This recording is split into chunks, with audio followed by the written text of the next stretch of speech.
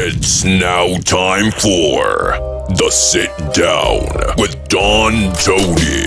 The Sit Down, where Don Tony talks one-on-one with his followers. What are you looking at? About the world of pro wrestling, pop culture, and so much more. The Sit Down with Don Tony. And now, your host, Don Tony.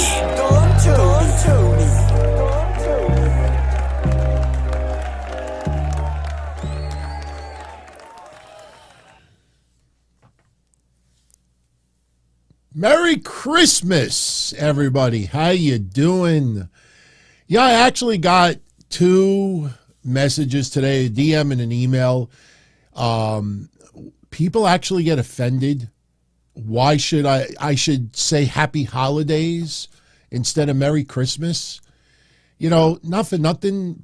I know it's only two people, but, you know, there are other holidays out there that I don't celebrate, like Ramadan and others, and I wish those people who celebrate those holidays, you know, I celebrate Christmas, so I'm gonna say Merry Christmas. Yeah, I know it's politically incorrect for some people, but my God, it's the fucking holidays. Have a good time, relax, chill out. It's all good. How you all doing, everybody? Merry Christmas. Happy holidays, everyone. I hope everyone is having a wonderful weekend. I am. I spent the last 24 hours or so with my immediate family. So now for the next hour, I will spend it with my online family. La Nostra Familia. Much love. I hope everybody is having a wonderful holiday weekend.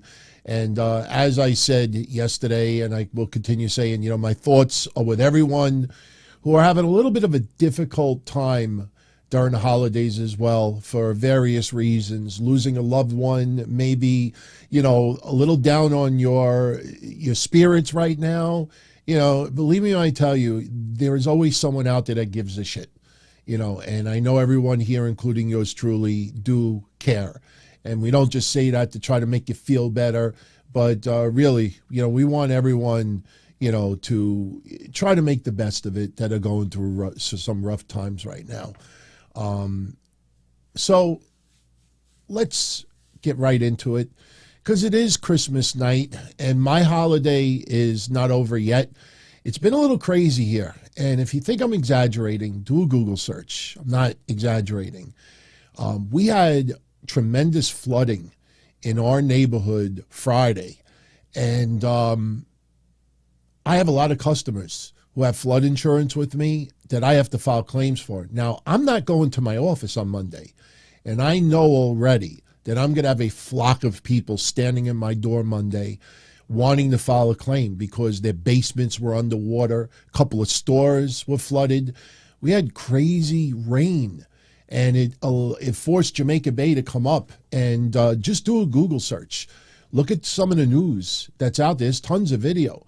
So, you know, my night's going to be crazy because by tomorrow, I guarantee you might still be sleeping Monday because they celebrate, it's a federal holiday, I believe, Monday. I will be up at 8 o'clock in the morning trying to contact as many customers as possible so this way they don't show up at my office. So I got a little bit of a busy evening. So, all right. So if anybody out there that is new to our sit-down episodes, the format is simple. I show up literally with a blank piece of paper, and you set the topics of discussion today. Whatever you want to talk about, can be anything. AEW, WWE, non-wrestling, whatever you want to chat about, that's what I'm here for. The only, rules, number one, if you have a question, type the word question in capital letters in the chat so I could spot it quicker. If you have a comment that you just want me to relay to everyone, write the word comment. Super chats are not required. They are always welcomed, appreciated. It helps me very much with the expenses, and you'll always get VIP priority status. And, you know, I had a few of you that have asked me, you know, hey, DT, you know, when I do a super chat, could you do it earlier instead of waiting until the end of the show? And, you know, going forward, I will do that. All I ask is, you know, if it's similar to the topic of discussion at hand, you know, then I'll get into it right away. But if I'm talking about as someone said a few moments ago, Sasha Banks. If we're talking about Sasha Banks, don't ask me about Hook. Unless Hook maybe is, involved with Sasha Banks, but let's try to keep it similar. If it's a different topic, then we'll wait a couple of moments. Now, speaking of Sasha Banks, Ronnie C. sent a 5-spot in a few moments ago. Thank you very much, Ronnie. Did I see the Sasha Banks clickbait today? I honestly have no idea what you're talking about. I did see some news places saying that she posted an interesting update today, and all I saw was that she wrote on Twitter, Monet Christmas. I mean, if that is what you're talking about, first of all, it's not interesting. Second of all, good, she's wishing everybody a Merry Christmas. A Monet Christmas. It's a little play on words. It's like me. I posted Miro Christmas, everyone. Because we can't say Rusev Day because Miro's still part of AEW, but instead of Merry Christmas, I wrote Miro Christmas. And I happen to have a picture of Rusev Miro with Santa hat on. So it's a play on words. I do know that Sasha Banks, some of you may have gotten some money for Christmas, and I'm not saying this to be funny, and I'm not saying this to be sarcastic. If you are a deranged, I'm joking with that. If you're a deranged Sasha Banks fan, and you want to drop $250 her way right now, she has a cameo sale that I think ends tonight, and she cut her price down to a whopping $250. Listen, that's a lot of money, but you know what? Not everyone out there gets the opportunity to get a personalized message from Sasha Banks. So, hey, if you got some extra Christmas cash, you want to send it Sasha's way, go on Cameo right now, because I think the sale ends tonight. It's $250. So, all right. Relic, happy 14 months as a channel member here. Much love. Hope you are having a wonderful Christmas as well. Let's do some shout outs. We don't do that enough here. Shout out to Gruss512, who's in his house. I sound so goofy saying that. Austin Nance, Guardian of Chaos, both holding down the helm. Chaos has a question for me. My thoughts on how huge pro wrestling was on Christmas Day back in the 80s and the 90s as a big tradition, and now it's non-existent. I am totally with you. The problem with today is the lack of, I don't want to say needing money, because we all need money, but the lack of urgency with finance. Back in the 70s, the 80s, even the 90s, a lot of these wrestlers were making chump change. I think people would be shocked on how little some of your famous wrestlers were making, even in the 90s. I mean, look, once the Monday Night War started, and then you had to do these Uber contracts for like Hall and Nash, and then, guaranteed contracts, and things changed. Some people don't realize that some of your Hall of Famers, even in the 90s, were only making a couple $100 an appearance, and that's on television. So I think now these days, we got to get time off. We got to get this. We got guaranteed contract. The way they handle wrestling today is how offices or federal holiday, like federal businesses. Hey, Christmas, I'm off. And I think that's pretty much where it's changed. I'm very surprised, though, that indie wrestling companies don't have more events on Christmas Day or even Thanksgiving. Thanksgiving, I remember as a kid always looking to go to a wrestling event around Thanksgiving time. It didn't necessarily have to be on that Thursday, but Thursday, Friday, or Saturday, you always wanted to go to a wrestling event. So I'm a little surprised that indie companies don't try to capitalize more on Christmas, because I'm telling you, it's definitely a nice thing. And let's also be honest, too. I think another reason why companies don't do it much anymore is because back in the 80s and the 90s, we really didn't have the internet. I mean, I know, I've been on the internet since, I think, 1993. But at that time, it wasn't, our everyday life. You go on the internet to socialize, go in a chat room, do something, and understand this. Even though by 1995, the internet was full blown, that you could surf and you could, do everything. understand the type of connection. Here, you could see me in 1080p and stream like megabytes per second. Back then, you wanted to download naked pictures of women, and you have a 28.8 modem. I always tell this for younger folk out there, younger friends that are tuning in. Go on YouTube and just type in 28.8K modem versus today. They'll show you side by side how long it took to load a picture. And we always got teased back in the day. How many of you hornballs back in the mid-90s like me that would want to download a nudie pic? And then what happens is, because it's 28.8 modem, you get the head, and then you get the ankles, and then you might get the stomach. And for some reason, the internet always knew to show you the chest area and the lower extremities last. You download a picture, you don't get it like this. You get a little piece of here, you get a little piece of here, you get a little piece of here. And then by the time you finally get to see the goods, you're kind of not like in the mood anymore. And believe me when I tell you, especially if you had a high definition pic, God forbid it was 640 by 480. Oh my God, you'd wait 90 seconds. So I think that is why also, back then, we really didn't surf the net for hours and hours and hours at a time. We didn't have the smartphones.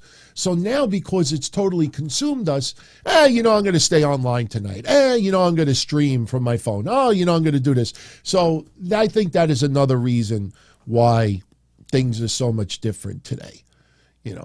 But chaos. I really am surprised still that some indie companies don't capitalize a little more. Do it on one Christmas.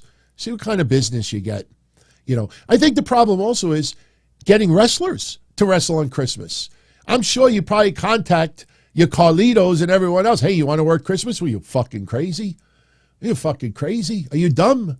I'm spending it with my family. So I think you probably have a lot of wrestlers that don't want to work holidays either. So, all right. Michael Gonzalez is in the house. Iman Perry, Sam, Josh, X022. It's the Costanza. It's the Costanza. Sam and Kevin Milwaukee.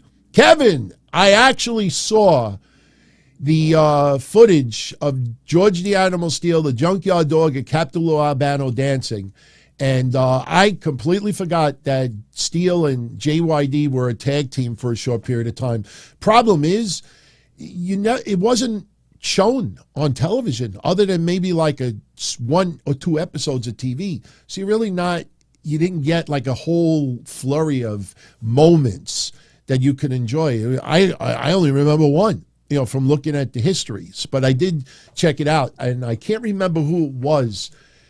Somebody I got to give credit to. I'll mention him tomorrow. He actually brought it to my attention. So, E-Dub Harris, Marvin Segovia is in the house. What's going on? Big Time Baxter, did I see Jamie Hayter versus Sheeta quarter hours? Not yet, but I definitely will get into that on Monday. I think it should only be one quarter, though. Maybe quarter 7 had a little bit of their match, but I'm definitely curious to see what 7 and 8 did.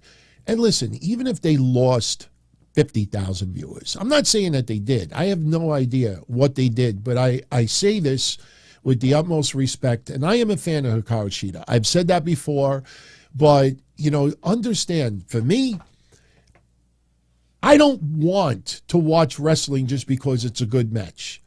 I've seen tens of thousands of great matches in my lifetime.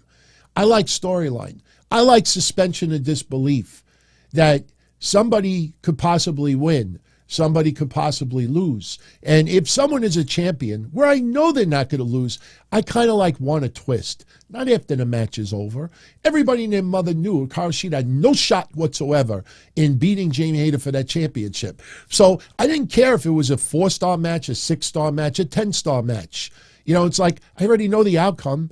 I've watched tons of women's wrestling that is top-notch. And sorry, AEW has treated Hikaru Shida like shit for the last year or so.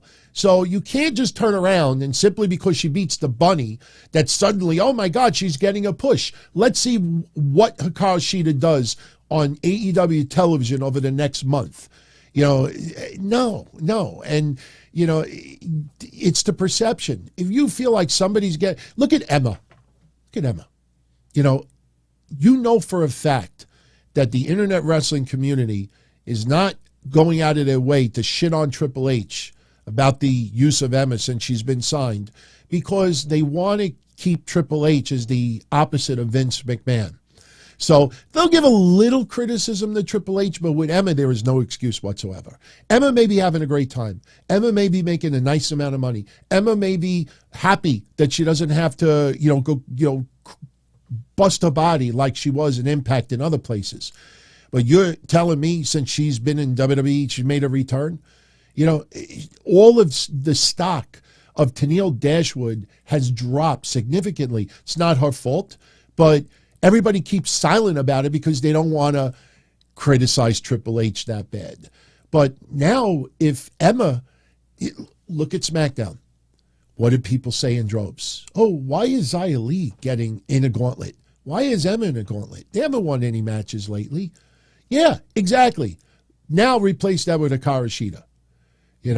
Oh, but it was a 4.5-star match. I don't give a fuck. AEW has treated her like shit. They have given me no reason to think that she has any legitimate chance of getting a win. And she could have the vagina title. She could have this title, this fed. I look at it the same way I did with FTR. That's nice.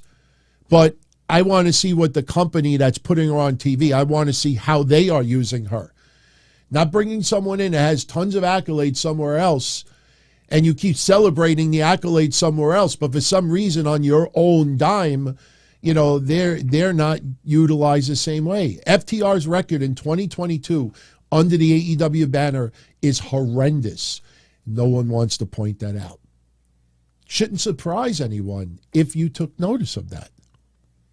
All right, we got a $10 super chat from Big Sal. Big Sal is in the house. Big Sal says, hey, we got some Christmas colors today. Merry Christmas, big man.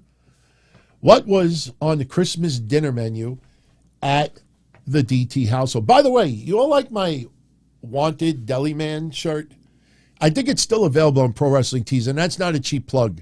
But believe me, you go. I'm not lying to you. I'm going to reveal something to you right now that you all probably don't know. But if you want to ask anyone else, they'll tell you I'm telling the truth. I have not changed the prices of my shirts in Pro Wrestling Tees store in about 5 years. Right now, every shirt that sells in a Pro Wrestling Tees store, I either make $1 or I make 80 cents. That's all I make. So when I plug a shirt or something, I plug it more that maybe someone would get a kick out of having the shirt than me actually making money on the shirt. You see some of those shirts in the Pro Wrestling Tees store, you spend almost $50, especially if you're a little bit of a bigger size and you just want a decent quality looking shirt. But me, I don't even make $1. Seriously. So when I show something like this is kind of like a spoof of the Cactus Jack. That's actually my father's store name, and that's Deli Man, my old character. Somebody asked me the other day, do I regret not doing more with Deli Man? Hell yeah. I wish I would have done more. See the mask over there? There you go. There you go. Yeah, there you go. I definitely, if IndieFed wants me to do something lighthearted, I do it for the kids. I'd have fun. You don't think I would enjoy smashing someone in the head with a loaf of Italian bread again? Everybody talks about Pizza Guy. Oh, Mario, the Pizza Guy. Whatever the fuck his name. Luigi, the Pizza Guy. Oh, what about the deli guy that took the gizzards out of a chicken and tried to give someone a mandible claw with it? Or smashes the fucking bread over the guy's head? Or better yet, always keep your salami handy. You never know when you may need it. Wanted to shove the salami up his ass. Nice salami. I think Deli Man was ahead of his time. Only got that one shot appearance. All right, Big Sal, what was on the dinner menu? Sal, yesterday on the show, I said that I was going to show everyone a little video. I was going to shoot a little video of what I had today. I actually was going to bring in here tonight a piece of that hero that I was telling you about. But I ate that son of a bitch about 15 minutes before I went live. So what I did right before we went live was I uploaded, I should say, a minute's worth of video. So if you want to see for about 45 seconds what was on the menu for tonight's dinner. Well, I'm going to show it to you right now. This was today. Maybe I'll MC a little bit in the background. Let's see. All right, that's my parents' house. There is some cookies, chocolates. That is scotch, flavored scotch. Nice. I had salted caramel flavor. No, whiskey. What am I saying? That was whiskey. That shit was good. My father had these little custom bottles of wine. No, it's the peanut butter one. He had little bottles of wine and some little bottles of wine. He gets these weird shits. All right, here's the food. Here comes the food. All right, there's the Italian hero. Those son of a bitches ate half of it before I even got there. There's the Italian hero. Those are a couple of gifts. Like my Joe Biden wrapping paper. Happy Easter, everybody. That's their living room. They were watching The Wizard of Oz. I hate The Wizard of Oz. Yeah, you got sausage and peppers. You got rigatoni alla vodka. No, that's penny alla vodka. You had shrimp oreganata. I only shot a video, a minute every once. Yeah, they're still working on the house. We were going to go in the elevator, but my wife was afraid of going in the elevator. All right, forget it. Yeah, all right, forget it. So we had shrimp oreganata, eggplant parmesan. We had sausage and peppers, the hero. I'm trying to think what else we have. There was something else. Chicken franchise. Fried zucchini. Zucchini just fried in oil, like you'd shred it almost like a little thicker than linguine. I don't know if you've ever had that. That was pretty much it, you know. Somebody asked me earlier if we do the 7 fishes. No. Maybe 20 years ago, my mom would make like 7 different types of fish. There's only one fish that I like. That's all I'm going to say. All right. I'm a Don Tony guy. Shirts are there also. I haven't updated the store in ages. You know, here's a little revelation. Most of us podcasters, we might sell 5 shirts a month, if that. It comes out to not much of anything. You might even see, you know, I don't want to cause any controversy, but you know, some of the deals, especially when it comes to merchandise, you know, it's not fun when you get like a 6-month royalty check and you can't even buy like a good lunch with it. You know, I got a royalty check once not too long ago, and I think it was $31. And that was for like 6 months worth of stuff. I'm like, all right, you know, hey, I'm not going to complain. You know, it's better than nothing, but people don't sell the merchandise to really make money off of it. It's just, you know, people want to just represent and show off. So, Wombology's in the house. Mr. Vickers. Michael Gonzalez, why do I hate The Wizard of Oz? Oh, the movie's fine. I've seen it 900 times in my lifetime. It's like March of the Wooden Soldiers. Growing up, Laurel and Hardy, March of the Wooden Soldiers was one of my favorite movies. And then after you watch it 100 times, it gets a little old. So I've seen The Wizard of Oz so much that I don't like it anymore. You know, for me, Home Alone is still my go-to because of Joe Pesci's performance and the other guy, you know, with the white afro, that white guy with the curly hair. Can't remember his name. And for years I didn't like Macaulay Culkin. As soon as a movie came out or something with Macaulay Culkin, just by default, and that was because of that movie. What did I say the other day? My Girl, or whatever that movie's called. That movie came out, and I went on a date, and I went to the movies and watched that. I walked out of that movie theater, and I was like, anything Macaulay Culkin, I'm not fucking tuning in anymore. And then, you know, the rest is history. Dream 101, is it okay to watch Chris Benoit matches? Yeah. He's a fucking murderer. You know, just because it's 20 years ago, 10 years ago, 50 years ago, he still committed a murder. Committed 2 murders. No, I mean, he's a murderer. You want to admire what he did in the ring? Go ahead. But when people try to make the argument, oh, separate the wrestler from the person. Oh, he had brain damage. Oh, it was because of concussions. Oh, it was because of... You still fucking killed somebody. You still killed somebody. There's a lot of people that had concussions and had problems with their brain in sports that didn't kill someone. You kill someone, you kill someone. And that's why Chris Benoit will never be in a Hall of Fame. And I definitely have empathy or sympathy. I think sympathy's right. I have sympathy for his friends and family that beloved him. And when they say this was not Chris Benoit, I believe it. I believe it. When his close friends are still to this day shocked beyond disbelief that he did what he did, I absolutely believe them.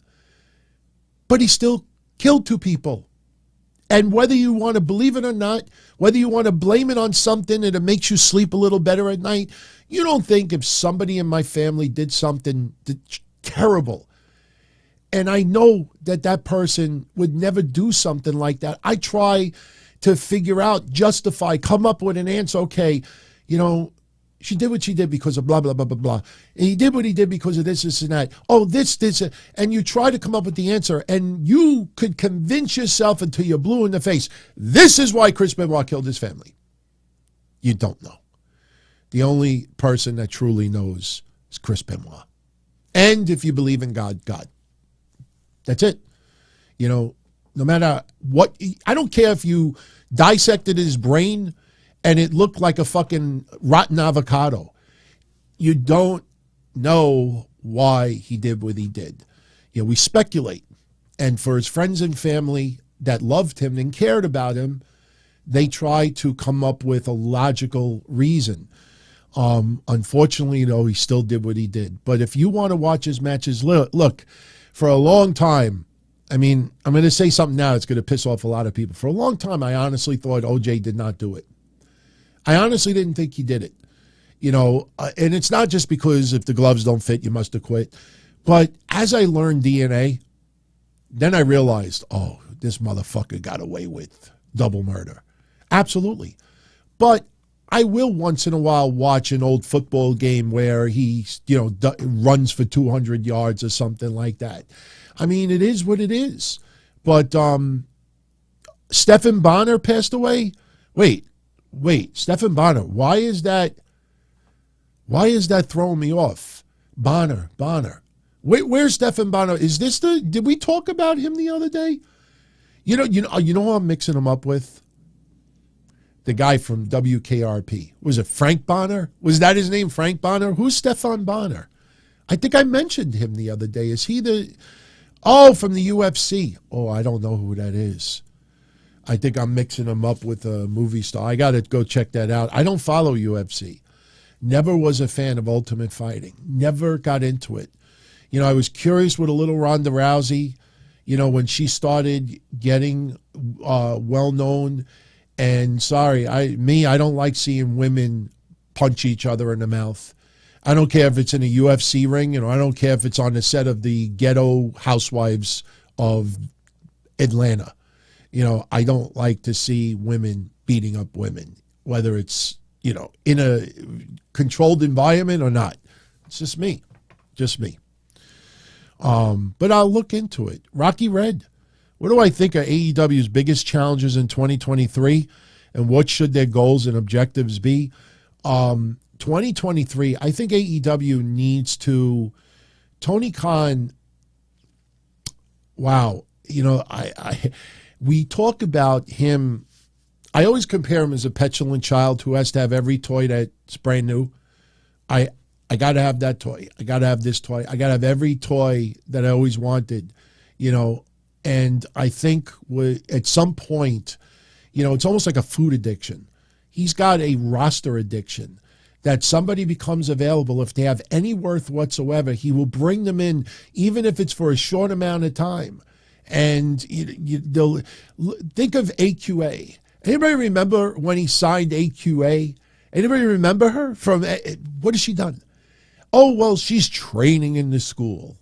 Well, you sign people to a developmental deal and you don't showcase it on TV like, oh my God, it's unbelievable, epic, amazing. Wow, what a score, what a win. Oh my God, it's unbelievable. And what has AQA done? Aqua.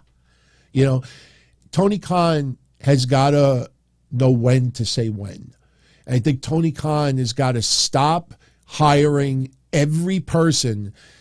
He's got to stop with the crackerjack surprises. He's got to stop with the lights going off every other week. He's got to stop with somebody showing up that people don't know or every week. He's got to stop with all these swerves.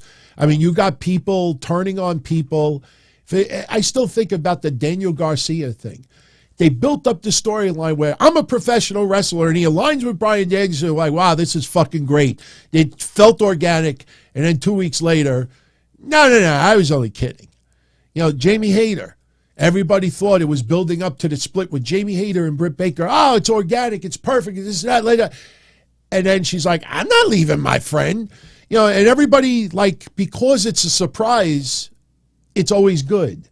And he's got to stop with the surprises. He's got to stop where every time, my grandmother, God rest her soul, she's been dead since 1991. My grandmother, and I've mentioned this before, every time she visited our house on Saturdays, she would always come with a little something for me and my brother.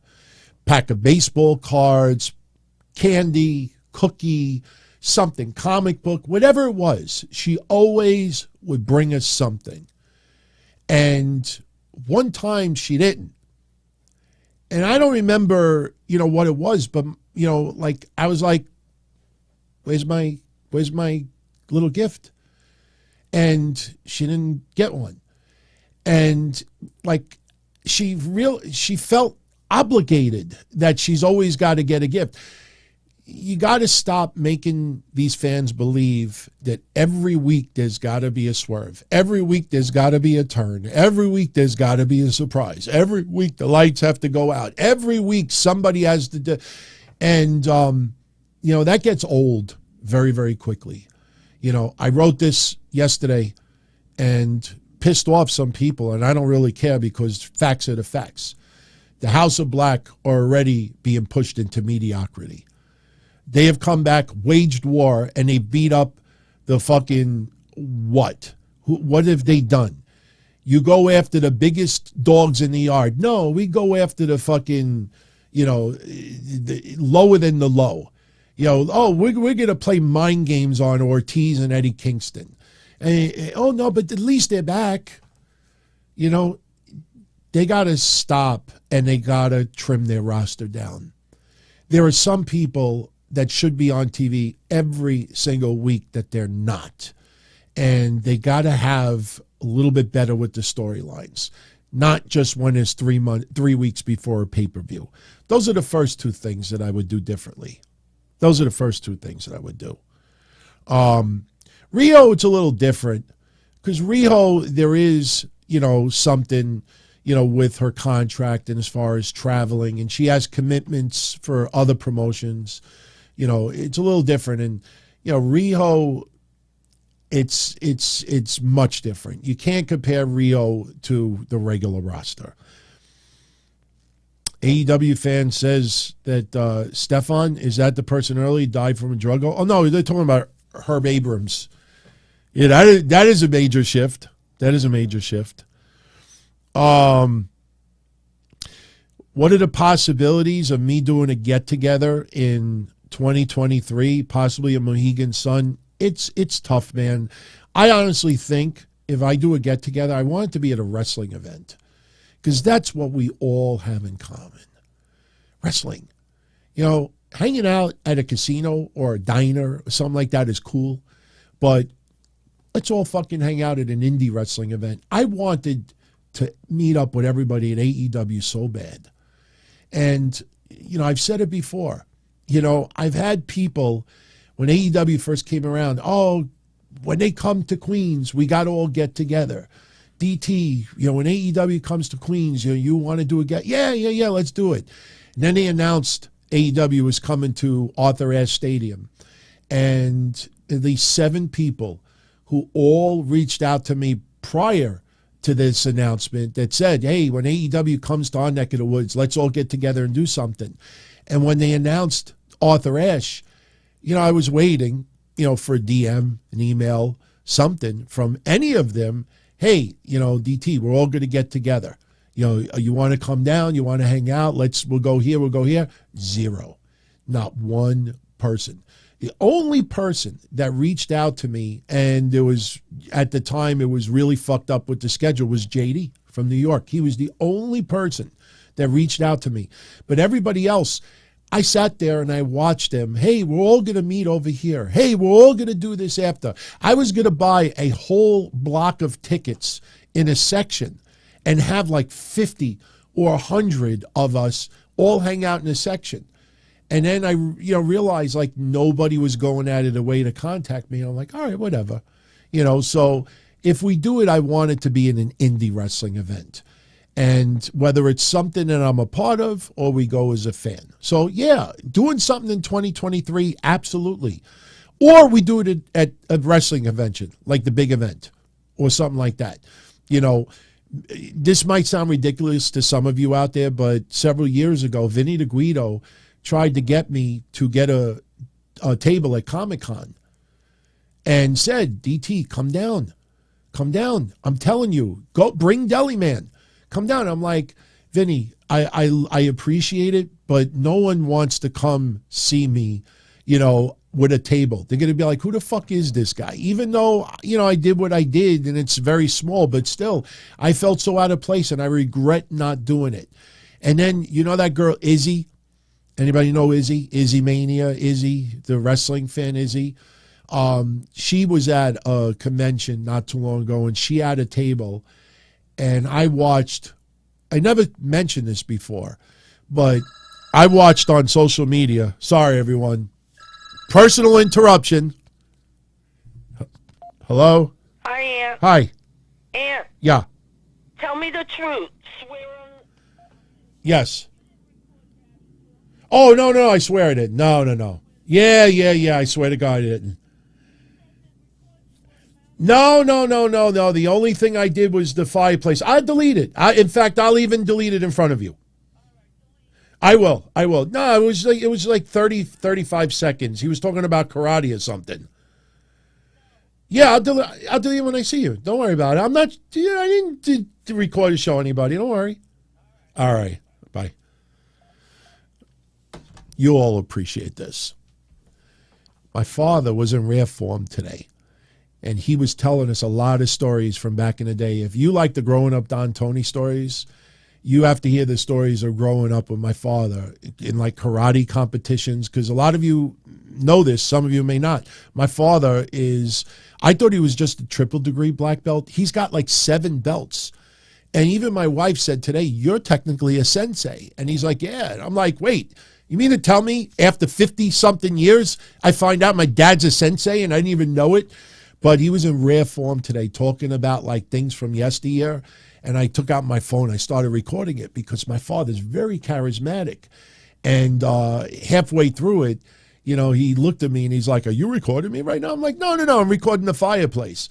And, he doesn't want anyone. He's afraid that I'm going to show everyone the story. So, yeah, I had to do that. So I have to delete it. Unfortunately, no one will be watching that. So, where's the rest of that hero sandwich? In my stomach. So, what were we talking about earlier? We were talking about Izzy. I never talked about this publicly. A few of you had asked me a while back, and I didn't bring it on the show. Izzy had a table a couple of months ago, and she had photos. She was signing autographs, and people were really, really going after her. Like, who the fuck is gonna buy like a photo from a kid? Like, that's creepy and this and that. And it's like, and then they were going after her, saying like, who the fuck does she think she is? And I'm saying to myself, listen, if that makes her happy and she wants to do it and the convention wants her to be there, who are you and I to say who should and who shouldn't? But that's how I felt, when people approach me and say, hey, you want to do this? Hey, you want to do that? I'm like, me? Nobody wants me to. That's why I turned down the Chris Candido documentary. That's why I turned down 2 other things in the past. Because people would say to me, hey, I want you to be part of this thing. And I'm like, who wants to see me? The Chris Candido one I regret more than anything. His brother did that documentary, Johnny, and he did a beautiful job with it. And Johnny asked me, he's like, I want you on it. And I said, Johnny, I would love to. I said, but nobody wants to see me. They want to see the ECW guys. Yeah, but you were friends with him and you have some great stories and this and that. And I'm like, yeah, I know, but I just felt weird. Like, even to this day, I can imagine people watching and saying, what the fuck is this guy? Who's this guy? What the fuck is he on there for? And I turned it down. Oh, yeah, Dreams has stopped turning things down. You're right.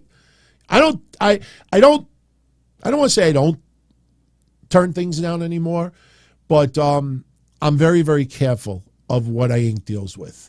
You might notice in 2022, I had 2 other deals involving other companies that I'm no longer doing. Unfortunately for some of you, Manscaped is still on the table. Tomorrow we'll be plugging the shit out of Manscaped. We got a cool deal tomorrow. But 2 others I stopped. And if you notice, JD was involved with one of them also. He stopped. We both stopped together. We did not make it public why we left and what happened.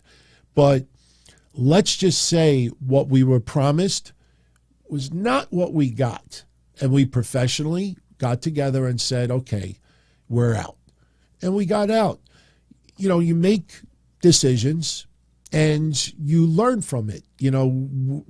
Believe it or not, even though I know a lot of people don't like JD, but the one thing that I love about him that he does that I do is he is professional when he does business. Like, you see people on social media, they will go on Twitter and they will fucking complain about Starbucks. They'll go to a deli and say, oh, why is this? And they complain about everything. Hey, JetBlue, I've been fucking waiting 40 minutes for my suitcase. And they know that they're going to get tons of people. And I'm like, you whiny bitch, just shut up. You got a problem with a food, a restaurant, an airport, a cab, a this. You contact them privately. They got to put it out there because they know they got tons of followers and they feel better that they got their whole army against these people. I'm like, yeah, you prissy little motherfuckers. People don't like to handle their business that way. So, we could have brought it public and we could have made, this certain outlet look ridiculous. But we're like, hey, you do business. If it doesn't pan out to what you were expecting, there's a professional way to do it. And the cool thing about it is we both left the door open for the future. You have to, be careful. And that goes out to any of you out there.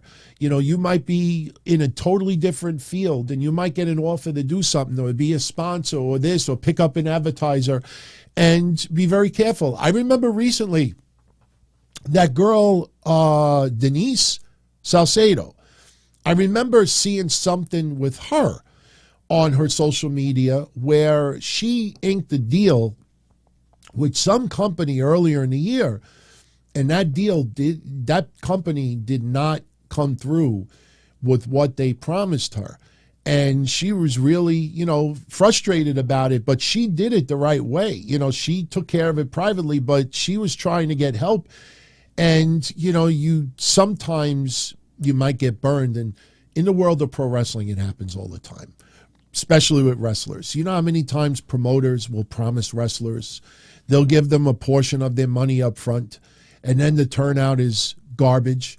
And like, oh, I got to give you the money next week. Oh, can I give you a check? And the check bounces.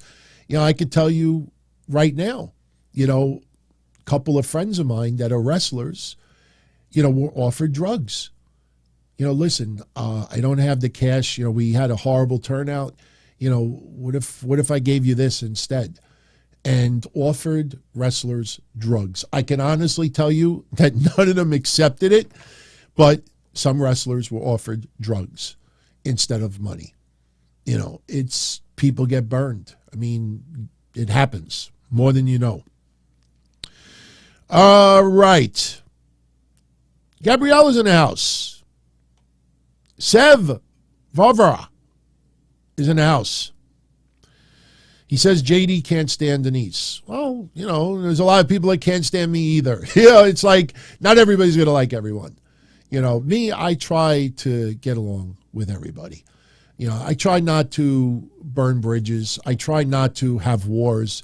The people that don't like me, I realize, I could expose, I could bash, I could criticize, I could answer back, I could do this, and it's not going to change anything. So I'd rather just, the people that don't like me, let them piss in the wind. You know what I mean? Let them say what they got to say. Let them vent when they got to vent. Let them try to, make money off of me by, trashing me and keep posting things and stuff. It is what it is. You realize I'm not going to change their minds. And the people out there that don't like me or don't like my style, I'm not going to change their minds.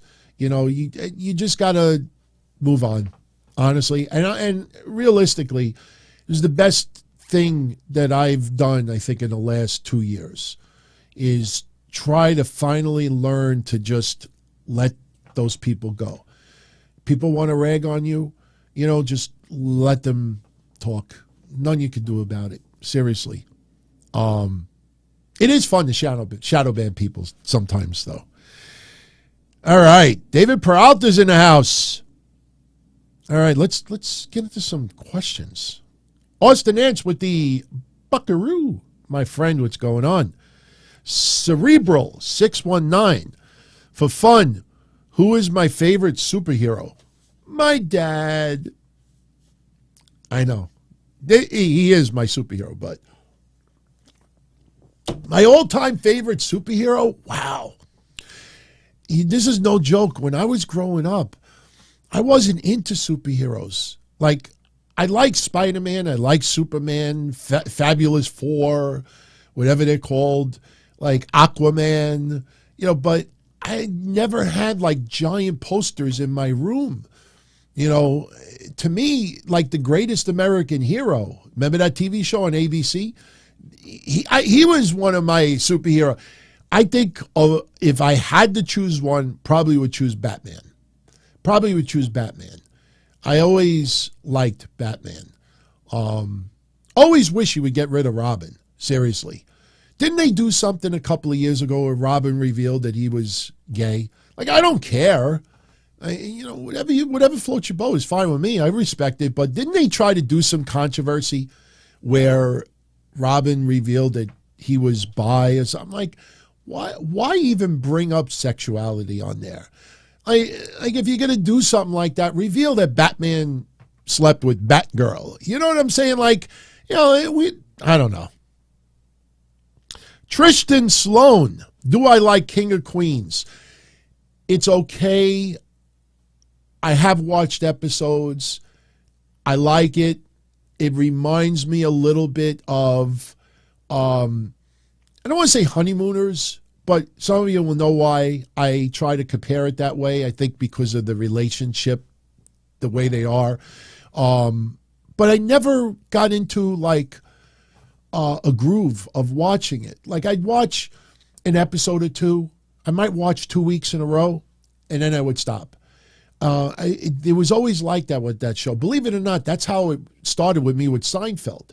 Like I'd watch an episode, why is everyone got to do this? And I'm like, this dumb bastard, like this is like everyday shit.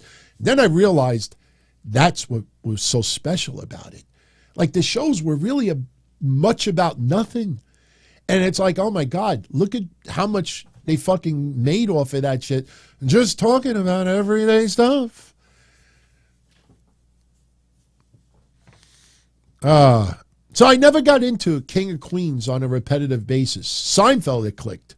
Seinfeld, it finally clicked, and every single week I had to watch it. So Martin was awesome. I still watch episodes of Martin once in a while. I've said this before. I had a crush on his girlfriend. What was the girlfriend's name? I had a crush on her back in the day. I thought she was insanely attractive, But I used to get mad at Martin. I'm like, why is she with this fucking guy? And then I realized, like, I better shut up because Martin probably could steal my own girls. So, Gina, yes. Gina. Martin was good, man. Martin Lawrence is good. He was great. In Living Color was awesome too, man. I used to love In Living Color. That was a great show. What was the show that Queen Latifah was on? There was a couple of girls. Living Single, I think it was. That was a great show. I think one of the cast members passed away recently. I think one of the guys recently died. I know a guy on Martin passed away too. I might be mixing up both shows, but those were great shows, man. Living Single was pretty good back in the day. Kim Fields was on there too, right? Kim Fields. I never liked Facts of Life when I was younger. I don't know, for some reason I always wished ill on many of those cast members, especially the mother. Especially the mother. I did not like her at all. I didn't like Different Strokes growing up. You know, I know I caused controversy in the early 2000s or mid 2000s doing a podcast, and I said there was just something about Frank Drummond or whatever his name was with the two sons that just didn't seem to add up. You know, and it's not because the kids were black and he was white. It just never felt like a father and son relationship. Anybody that watched Different Strokes on a weekly basis may understand what I'm saying. Like, I don't care if, you know, a parent is different colored than his son or if it's adopted. But I never felt that Mr. Drummond was like the father of these kids, like adopted. Like, he never acted like a dad. It almost felt like he was more of a guardian, and he was talking like he knew it all. Like he was, it just felt like he was just talking down. I don't know. It was just something about him. So what happened to the daughter is tragic, man. She fucking was writing up fake prescriptions and she robbed the place for drug money and then she killed herself. She OD'd, man. Sister was good. The nanny, believe it or not, Fran Drescher, she was attractive and, you know, she was funny. I couldn't get past the voice, man. Seriously. It's like a sexier China. Like her voice was just, and even when she would laugh, I can't even do it. I don't even want to think about it. I just couldn't get past the Mrs. Garrett. Yes, that was her. Even though, you know what, the one episode of Different Strokes that always shook me when I was a kid was the guy from WKRP. Didn't he have like a bicycle shop and he was going to try to like molest like the kids or something? Like that broke my heart, man, because WKRP in Cincinnati is one of my favorite TV shows of all time. I fucking will binge watch that show until I'm dead. I still watch it to this day. And when I watched that Different Strokes episode, like I never got past that. Like I'd always look at him in the DJ, you know, in the thing, and I'm like, wow, you know, I still think about that episode where he was. I tell you, I'm very curious if he's ever commented publicly if he maybe regrets doing that episode. That was a wild episode. At that era and being a kid, that episode was pretty fucking powerful, man. Never liked Mr. Belvedere. Never liked him. Seriously, like the male maid, I always wanted him to like slip on some cleaning fluid and just like crack his head open and they replace him with somebody else. Never liked Mr. Belvedere. Never liked Alf either. Alf. Alf was everywhere at that time. I mean, it blows me away that the wind-up Alf dolls are worth like thousands of dollars today. And I'm like, Jesus Christ. I remember like having it in my house because my mother had one. And even like, who's that guy? The one that got caught jerking off in a XXX movie theater. You know what I'm talking. Who's that guy? That guy I couldn't stand. But we had memorabilia in the house. My father bought the wind-up doll for my mom too. That son of a bitch is on eBay for like $2,000. Pee Wee Herman. Never liked that show either. How do we get on like vintage TV show? Hey, this is a great example of what I mean for Sunday nights. We talk about whatever. Seriously, if you want to shift back to wrestling, throw a question up there and we'll shift back to wrestling.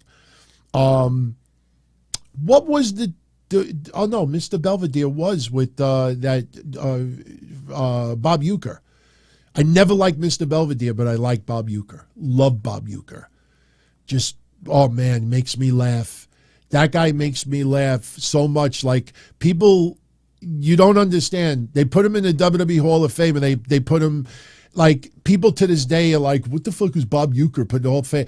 You don't understand. Just watch his induction speech, and you'll understand, like, that's someone who you make room for the Hall of Fame just to get the opportunity to have him do stand-up for a night. Bob Uecker was awesome, man. He made those Major League movies for me. Just a bit outside. Favorite WWE Films movie? Boy, you know, I'd have to look at the list of movies to rehash it. But See No Evil. Even though I don't like horror films anymore, I thought Kane's performance was tremendous. It blows my mind that Kane did not have a bigger Hollywood movie career as, you know, a killer. I mean, he should have, I'm not saying he should have been on the level of a Jason or Freddy Krueger or Pinhead or anything like that, but Kane, I mean, how does this guy not get movie offers from some of the biggest and the baddest in the horror film industry? It baffles me. I mean, I know he went into politics, but still, it just blows me away to this day that Glenn Jacobs did not have a bigger Hollywood career as a killer. Charlie Family Ties, I absolutely loved back in the day. My favorite episode, you have to be a Family Ties fan to really appreciate it. My favorite episode is that 2-part episode where it was almost like an off-Broadway play. When his friend died, and you know Alex Keaton was doing like a retrospect, and he was thinking about they think he was like talking to a psychiatrist, and they kept dimming the lights, and he would do like a one-man performance. He talked to his sister, talked to his sister, he talked to his mom when he was younger. That performance is brilliant. I was a big fan of Family Ties back in the day. Really, really enjoyed that show. Absolutely loved that show. My favorite all-time horror gimmick in pro wrestling, Gabriella Valentin is asking. My favorite all-time horror gimmick. That's a damn good one. As far as monsters go, boy, you know what? Some of you in the chat room, post your favorites. Leatherface probably would be from Japan. I mean, people are still blown away, you know, when they figure out who Leatherface was as far as a WWF wrestler. Leatherface was a pretty damn good gimmick. I mean, he did great in Japan. We're talking about pro wrestlers, everyone. We're not talking about just movie characters. Leatherface was a pro wrestler, and that was a gimmick in Japan that they did, and that was Corporal Kirshner. You know, a lot of people don't know that Corporal Kirshner ended up being Leatherface, and people are like, what? Yeah. I have to go with Leatherface. The more I think about it. See, Undertaker was a monster, but he wasn't. You know what I mean? Like, I don't consider Undertaker a monster. The Dead Man gimmick, you know, the special effects, but I don't know. I don't put it in that category, and especially when The Undertaker morphed into the American Badass and stuff like that. I don't know. For some reason, I don't put Undertaker simply as a monster. The Boogeyman was awful, man. But you know what? Boogeyman, I give him credit. That guy is probably doing the most out of nothing. Like, the guy's got an incredible physique. And the guy was not very good in the ring. And yet, after all these years, that motherfucker is still doing that gimmick. And people are still buying into it. My claim to fame back in the day. And I used to come up with ideas. People still get blown away listening to the old episode when Bryan Danielson, when he was first Daniel Bryan and couldn't get over in the WWE, I said, I think he needs to grow facial hair and grow his hair really long. Just something visual about him. But back in the day when Boogeyman first went to WWE, I thought WWE's got to come out with gummy worms. That guy is drooling live night crawlers, gummy worms. Put it on sale. They would have made a killing on gummy worms. And they never did at that time. It blew me away. I remember on my episodes, I put in the titles, WWE, what are you thinking? Gummy worms. He never did it. Killer Khan wasn't a monster. That guy was just a maniac. That guy scared the shit out of me when I was a kid. Killer Khan, when he would scream, I'm not going to do it now, because first of all, it wouldn't even sound like him. Like, I'd have to hear him first and then do it. But when Killer Khan used to let out those yells, I was like, at that time, the only thing that ever sounded that way was when I would inadvertently step on my parents' old dog. Accidentally step on his paw, and trust me, he sounded just like Killer Khan. Killer Khan was scary, man. I saw Killer Khan up close. My grandmother took me to a WWF event back in the day. It was, I think, 1983. And we were sitting second row. And that guy was like literally within 30 feet of us, and he let out that yell. I almost peed my pants, man. That guy scared the shit out of me as a kid. My top 3 live concerts. I haven't gone to many live concerts in my lifetime, but going to Prince and the Revolution in 1985 is my favorite of all time. It wasn't Pink Floyd in person, but we went to a light show in the 90s for Pink Floyd. And for some of you out there that may not know what that is, back in the 90s, and they probably still do it even, in the 2000s or maybe even later than that, they would do light shows, and you would go and they would just play Pink Floyd music, and it would be all laser lights and everything, and people would go and do drugs. I mean, me and my friends, we would just drink wine coolers, or some would smoke weed, but just watching a laser light show and listening to Pink Floyd music, that was awesome, man. And the first concert I ever went to, my parents took our family to see the Jacksons in 1984, the Victory Tour. We saw the Jacksons in concert. So those 3, a lot of you have seen the pictures. I took my ex-girlfriend to see Paula Abdul, and fucking Color Me Bad opened up for her.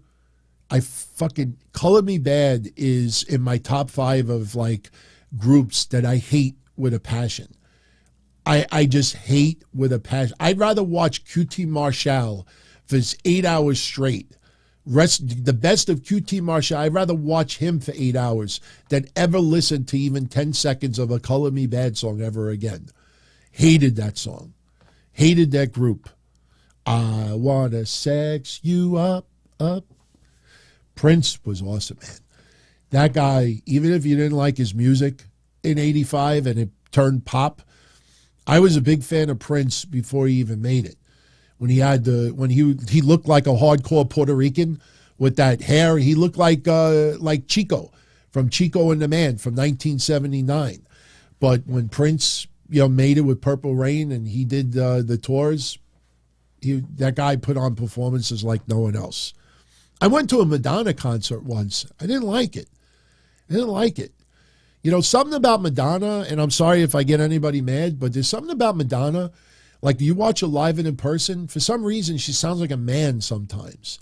And I'm not saying there's anything wrong with that, but, I think about, her early days, singing, Physical Attraction. I used to love that song, Like a Virgin and all that stuff, Vogue and others. Justify My Love. My God, you played that when I used to DJ back in the day. And you cranked Justify My Love. That beat, the bass out of it was incredible. And then you'd go live and in person, and it sounds like she fucking took testosterone before she went live. I don't know. Something about her live. She doesn't sound remotely. And then you ask yourself, how much do they auto-tune Madonna when she is in the studio? All right. Back to wrestling. Because, Sean, am I interested in the Elite versus the Death Triangle 7-match series? He isn't. If anybody remembers, they first announced it. My argument was, you just told the fans it's going 7. That's mistake number one.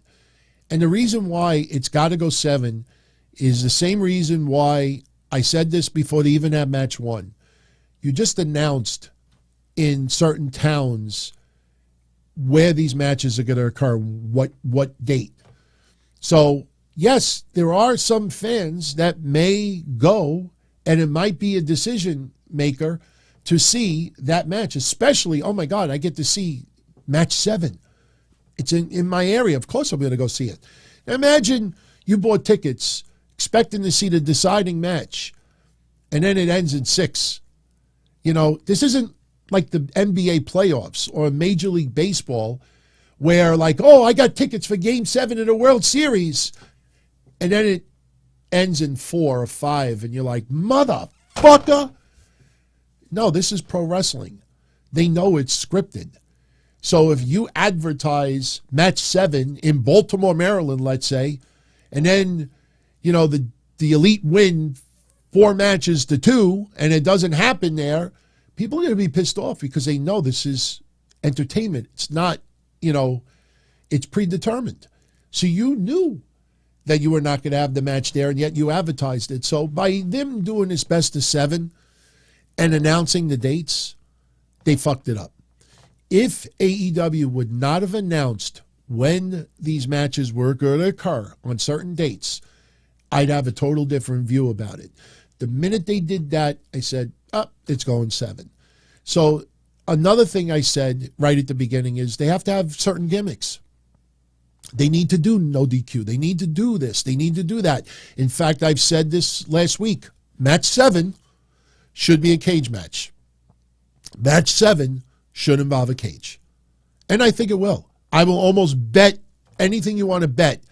There's going to be a major gimmick to match 7. It's either going to be a cage or it's going to be something. I don't even think they're going to do exploding shit. After the debacle with Moxley, they're not doing exploding stuff.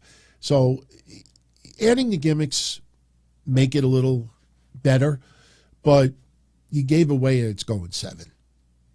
You know, people said last week, I brought this up Wednesday, people brought up last week, oh, it's a must-win for the Elite. I'm like, no, it's a must-lose for the Death Triangle. Just like this Wednesday is a must-lose for the Death Triangle. There's no way the Death Triangle's winning Wednesday. You told people that match 7 is going to happen here. You're not going to go against your word. So that's my feelings about it, to be honest with you. Jeff, you could do a best of 7 and have someone win 4 matches in a row, but you can't advertise where these matches are going to occur in advance, because you will get some people, even if they didn't buy the tickets because they were expecting that match, you will have droves of people that will complain anyway and say, oh, they announced the match if it match 6 in my area, and they only did 4, and they knew, and they lied to me, and I bought the tickets expecting it, and I didn't get it. You'll see people doing that. It's predetermined. So if they should not have announced it, and they did it in advance because they want to sell tickets. I mean, I understand why they did it. Business-wise, you know, you got to, I guess, but creatively it was a blunder, in my opinion. But no one out there, for the most part, the people that matter, they're not going to open their mouth and say that. But, you know, adding the gimmick, you know, helps a little bit. Stephen Chambers, watch it won't be a winner because of the House of Black. Oh, no. There'll be a winner. There'll be a winner. The House of Black, like I said, they should have immediately when they returned, when they waged war, you know, they should have immediately tried to get involved with both teams or something. They could have tried to have gotten involved, and I'm not saying they should have been suspended or anything like that, but they should have caused some bullshit and just leave that impression that, oh, they're not fucking around. They're going after the top of the top. But no, you know, they're going after the Dark Order. They're playing mind games. You know, they're cutting promos like, man, or you know what?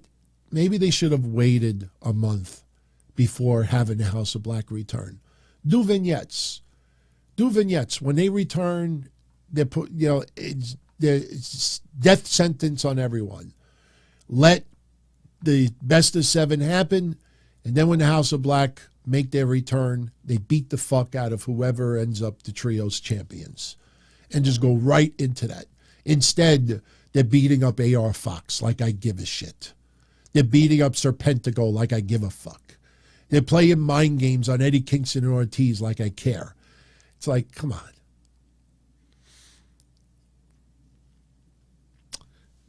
All right, let's see. How long are we going? Wow, we already went longer than I thought we were. I'll stick around for 20 more minutes. We can stick around. All right, here's cool. Kevin Milwaukee won a Wolfpack shirt for winning the Crown Jewel Predictions Contest. And for Christmas, his mother bought him the black NWO shirt. So he's got both. That's very cool. You know, it's funny when I do contests, like I always say, $50 gift card. $50 e-gift card. Amazon, AEW, WWE, because I want it simple. You win, I send you the money, I'm done 5 minutes.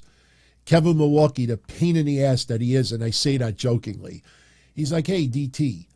And I'm good. I love challenges like this. Hey, he's like, hey, DT, instead of the money, he's like, any way you could get me an original NWO red Wolfpack shirt? Now, you go online, there's a lot of bootlegs. Tons of bootlegs. But he's like, no, I want an original. I was like, okay, I think I'm up to the challenge. He's like, I can't find one for years. So I contacted someone who used to have a memorabilia store. And I said, hey, you know anyone that could get me the original Wolfpack, the red shirt and the one with the wolf on the front? And he's like, yeah, what size you need? And, I told him the size. It's like, all right, you got to give me a couple of weeks. All right, what happens? Literally within, I think, 10 days, I get an email from the guy. He's like, yeah, I found you one. Brand new. And I'm like, please send it to me. And we got it. So, things like that, it's like, okay, if you're going to go against the rules, make it good. And we were able to find one. And now he's got the original black shirt also. That's cool, man. I like vintage shirts. This is Deli Man one, but I got tons of vintage shirts. And I don't like the bootlegs. For some reason, even though the bootlegs may look identical, there's just something about putting on a shirt that is like 20, 30 years old, and it still looks good. And, once in a while you wear one and, you go to the store for a minute, because I don't like being seen in public wearing wrestling shirts for some reason, but once in a while I'll wear a shirt in public and be like, oh, man, cool Terry Funk shirt. Somebody will be like, yeah, Funker for life.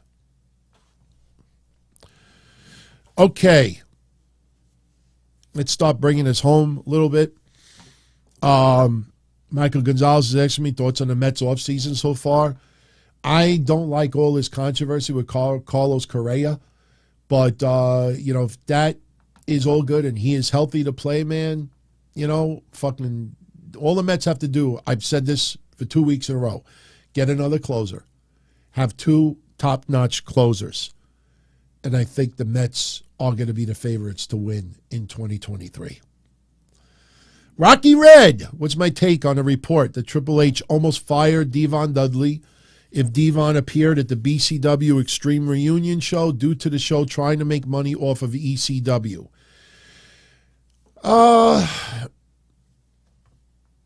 Did Devon make that claim? Who made the claim that Devon was almost fired?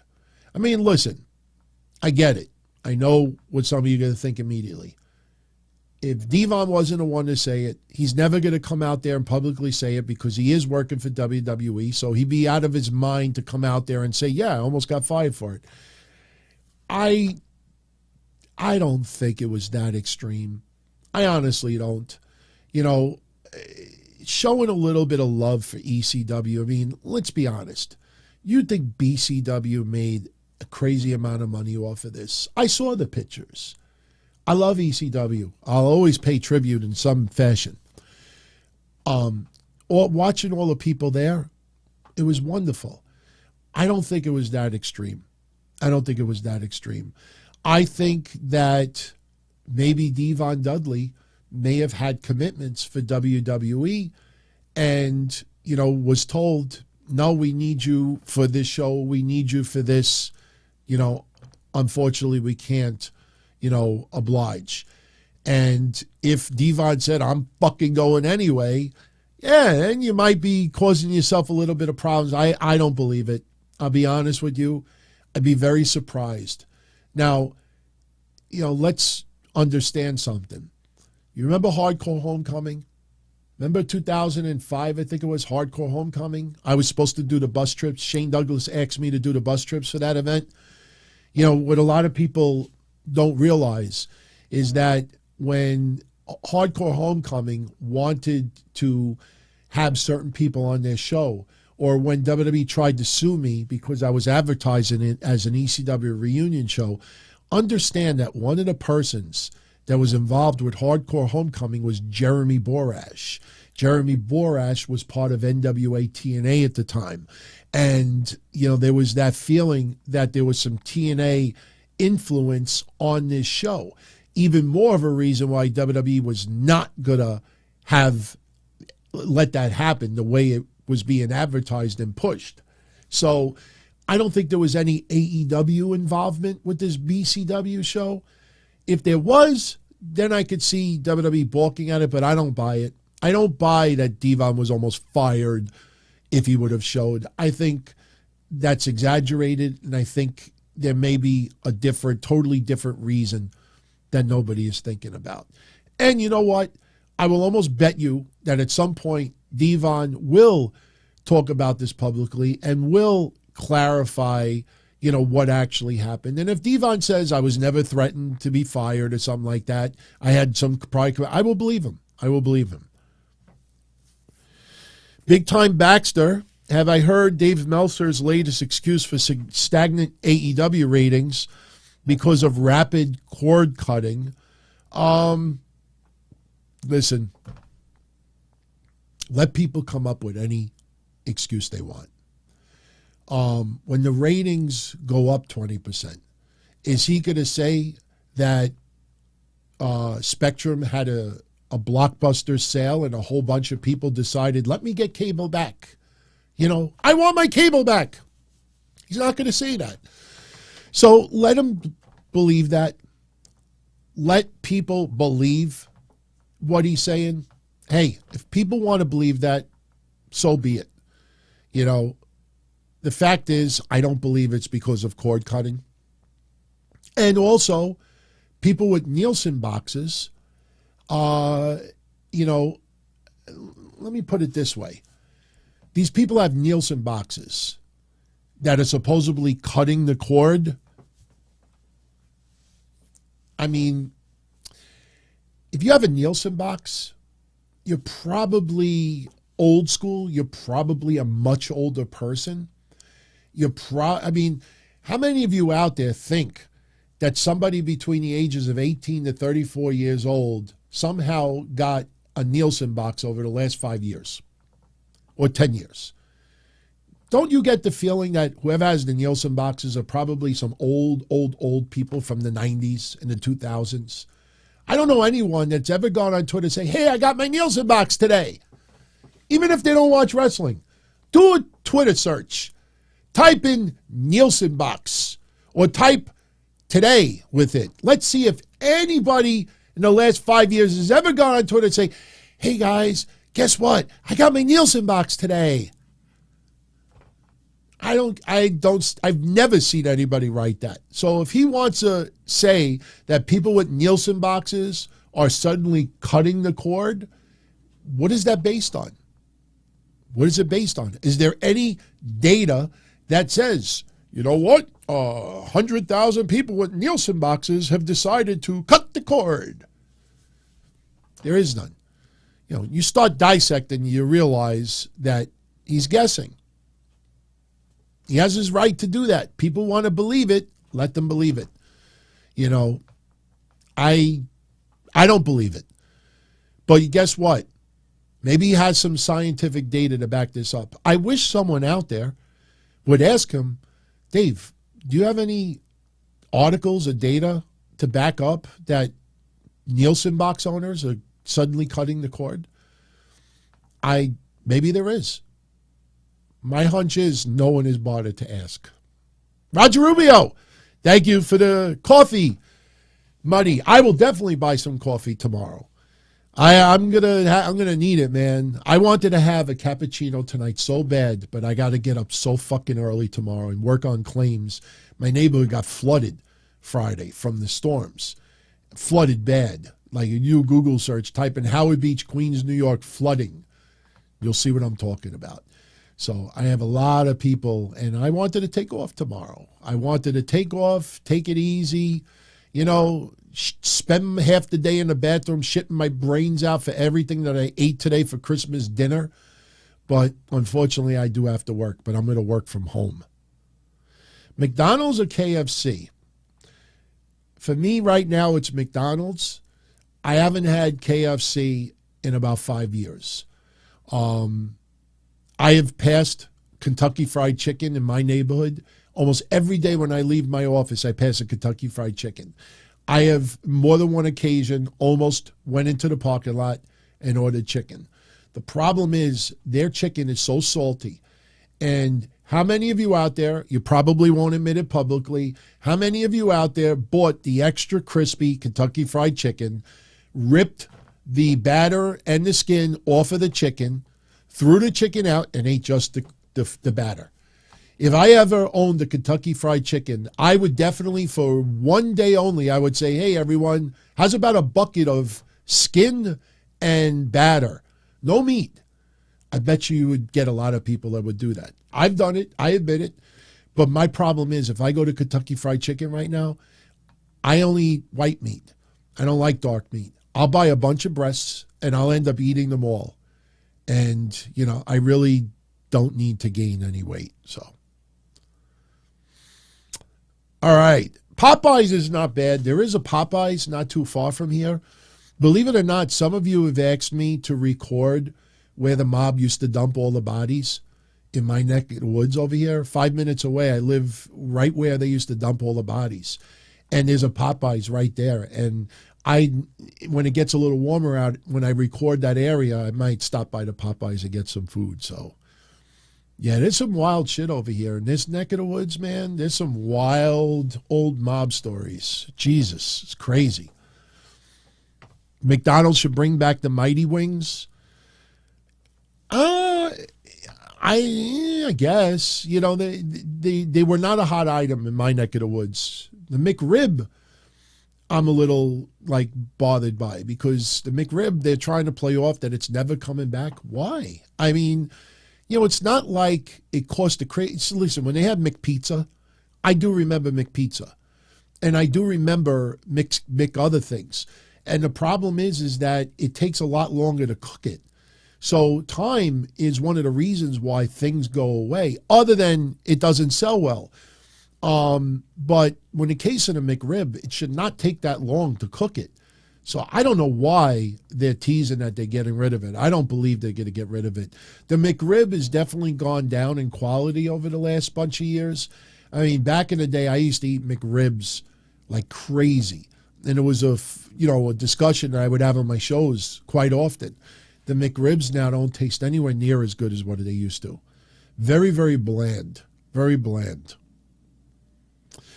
Jeff thinks the McRib will be back every year. Yeah, I think so. I think they're just clickbaiting. And you know what? At the end of the day, you know what people are going to say? Oh, McDonald's lied. But you know what? Good. I'm glad they lied, because I want a McRib. So I don't mind if they lie in this case. I do remember the Shamrock Shakes. They were green. I do remember those. Austin says the quality has dramatically gone down. Yes. Like several podcasters out there. All right. We're going to jet out of here in about 4 minutes. So if you have any other important, pertinent questions that we need to discuss, make them good. Let's get into it. Now, let me give you a little programming reminder. Tomorrow, we have the absolute best of 2022 WWE. So we will have highlights from the year. I don't know who it's going to be hosted by. Someone told me that it might be hosted by Corey Graves and Michael Cole. I'm not sure about that. But, they're supposed to be like in the back or in the building, empty, talking about highlights. We will see Cody and Seth Rollins a little bit. You will see the return of Bray Wyatt. You will see lots of Roman Reigns. You will see a little bit of Brock Lesnar, Roman Reigns from SummerSlam. You will see Bianca Belair getting the WrestleMania moment. That's some of the things we will see tomorrow. I am going to do a show tomorrow night because we do have some news to get into outside of just WWE. A lot of you want me to talk about the Lacey Evans autism stuff. I haven't talked about it yet on the shows. So I will give you my honest take about that tomorrow. I saw tonight a few of you asking me to talk about Quincy Elliott. Quincy Elliott of NXT may have some big issues going on right now. I think I'm going to wait till Wednesday to talk about that because a lot of people that tune in on Mondays don't watch NXT or AEW. Legit. So NXT-related stuff, we might save it for Wednesday. But I will tell you right off the bat that I think Lacey Evans made a big mistake talking about this topic. She has every right to believe what she wants to believe. That's what our right is in a free country. You can believe stupid things. The thing is, though, is, it's a topic that even if you stand by it, it's like, why did this... That's what I really want to discuss more than anything. Like, why did this come out of nowhere with her? So we'll probably touch on that tomorrow a little bit. Jerm Westbrook. Do I think the Bloodline will turn on Sami at a premium live event or SmackDown or Raw? That's a great question. That is a very good question. I think the Bloodline turns on Sami Zayn on a SmackDown. I don't think it'll be a premium live event. I think something will happen at a premium live event that will bleed into SmackDown.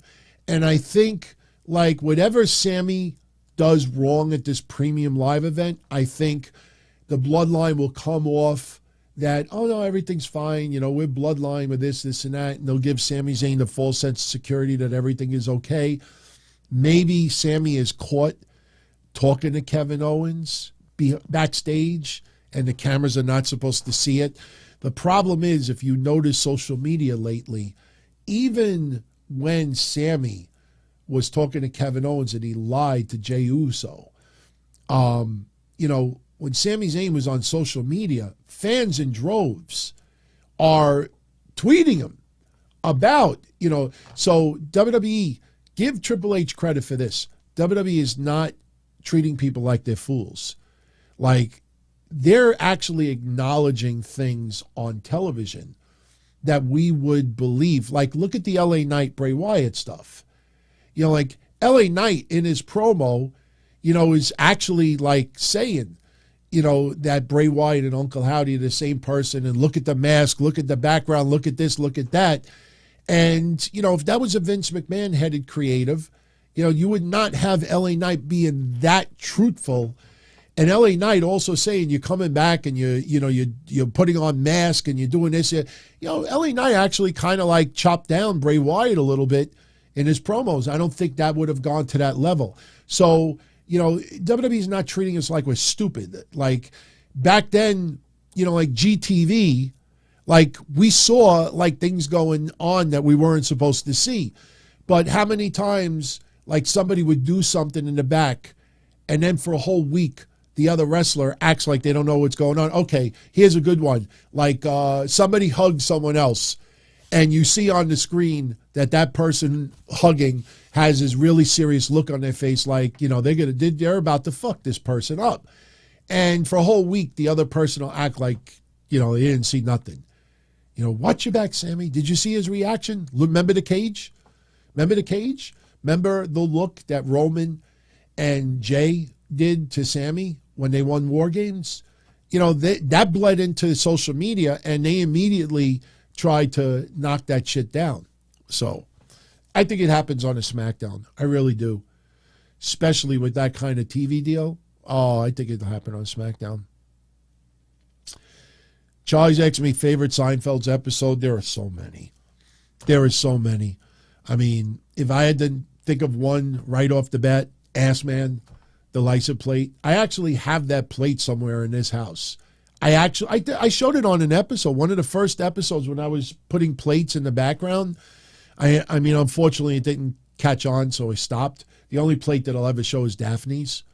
You know, I'll always pay tribute to Daphne in the background, but Ass Man is one of the fun. I mean, Seinfeld, there are way too many. Way too many. Favorite cast member from Seinfeld? You know, unfortunately, I got to say it, and it's a shame, you know, what he turned out to be, but Kramer. I always enjoyed Kramer, and yeah, it's kind of like unfortunate, you know, the way he had that meltdown and acted the way he did. He never recovered from it. So, yeah, that kind of sucked. Oh, yeah, the Puffy show. You could go on for hours about Seinfeld. There are just too many. There's just way too many. The girl with the man hands. Believe it, I tell you, that actually is a big deal. Like, I thought about it when I saw that episode. Like, if I dated a girl and she had, like, man hands, or if she had a mustache, I don't know, man. That might be a little bit of a deal breaker. Just like I told that story once. I went on a date with a girl, and she was literally in the passenger seat of my car, and I told the joke, and she started laughing, and she showed her teeth, and the middle of her tooth, you know, it had like the, remember the mother from Good Times? Like, she could actually probably like spit saliva like down the block through the, I saw the gap on the teeth. I'm like, I can't get past that. I could only imagine, you know, like fooling around with her, and there's like a glump of saliva that just shoots out through the tooth. She had that gap in her teeth. Ugh, no. That's the roll. That's the roll. Chris says I'm funny. I'm being honest. That's the God honest truth. You know, I dated a girl once that she had a booger hanging out in her nose. Now, like, what do? Do you tell someone, like, hey, you know, no, how can you, who can you say? You can't. You know, one time a girl had like food in her teeth. I think I said something there. I said, I think you got something in your tooth. But, you know, do you tell someone? I'm curious, guys, gals. If you go on a date with someone, you know, and they got like a nice, you know, like booger hanging out of their nose, do you tell them? What do you do? You know? The soup episode was funny, Charlie. That's Seinfeld, no soup for you. It's not a wrestling podcast, as some of you might think. Yeah, Superman was funny. Yeah, like I said, you can go on for hours. There really isn't a bad Seinfeld episode. There really isn't. But it took a long time for me to catch on. Once I got it, it never left. All right, guys, I think we should start bringing this home. I still got to do a synopsis. I got to make a thumbnail for the best of for tomorrow. I have somebody waiting for me inside that I'd like to unwrap like a Christmas gift tonight, but, you know, probably won't because we're kind of tired. Yeah, just tell it like it is, you know, nothing to be ashamed. I mean, listen, there's been times with me, you know, that I'm not proud of, you know, some of my antics, you know, seeing someone, dating someone, you know, kind of like, you know, whatever. Chaos, I'm getting used to doing thumbnails. It's just that there's only so many hours in a day, you know, and I do realize that thumbnails do attract maybe some people that don't normally tune into the shows. The thing is, though, is that what people need to realize is that the shows that I do, they're very time sensitive. So if like you do a show on a Monday or a Wednesday, 9 times out of 10, you know, a week later, nobody really wants to click on those shows because there's another episode of Raw already going down. There's another episode of Dynamite already going down. Like, they're not driven where it's particular topics that you might want to revisit something with Sasha. You want to revisit something with AEW. You want to revisit something with CM Punk. And I try to do that on the Saturdays more than anything. That's why if you notice with Saturdays, like SmackDown results or Rampage results, it's usually all the way at the bottom of the list because I don't want people tuning in just for those results. There's 100,000 podcasts that do that. I'd rather get into topics that maybe 2 weeks from now you still want to tune into. You know, about the Riddle stuff. I went a little bit too long yesterday talking about Riddle's choice of mates in 2022. But overall, people kind of agreed with what I said, that, you know, you got an interesting choice of women in 2022. And, you know, again, you got to feel a little bad for those women, because it's got to be much more difficult to find a partner when you're in the adult film industry. You know, if you go on eHarmony, like, hey, what do you do for a living? Oh, I'm an architect. What do you do for a living? Oh, I'm a movie star. Oh, really? What do you do? Adult films. Wait, so you mean to tell me that you share your thing with Lizard Schlong the Third or Hugh Mungus? You know, like, I'm not interested in getting involved with someone that might be getting it in different parts of their body that, no.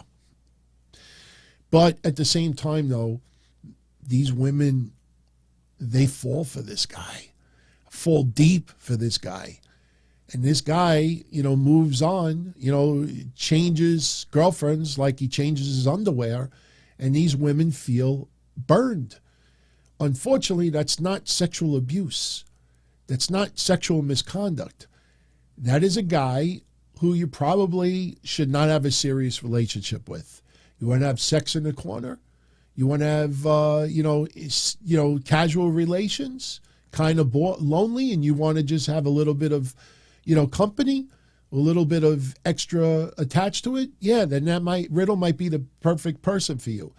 But for some of these women, they think that Matt Riddle, they're going to be Mrs. Riddle, and you see it.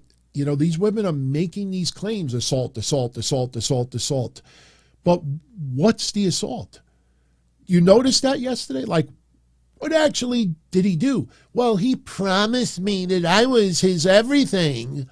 He promised me that I was his only. He promised me that I uplifted him and he completes me, or I complete him. He lied to me. That's what it sounds like. It sounds like for a lot of these women, he lied to me. That's not assault. That is someone you probably shouldn't have a serious relationship with. I'm curious to see where this goes, but I'm still not sure of what Riddle, if he got suspended, what he got suspended for. You realize yesterday, people were shocked. People were shocked to see where that cocaine and ecstasy claims came from. It came from a fucking August tweet. No connections. Nobody in the back for WWE. Nobody in the Riddle camp. Somebody saw the tweet from August and heard the suspension and said, oh, that's what he was suspended for. And that's why within a week you saw people talking about it and refused to say the drug of choice because they didn't know and probably got scared like this motherfucker. If it ends up that they were wrong, you're accusing a guy of doing blow and ecstasy. You have no proof behind it. Yeah, you might get sued over it. I have E&O insurance for my shows.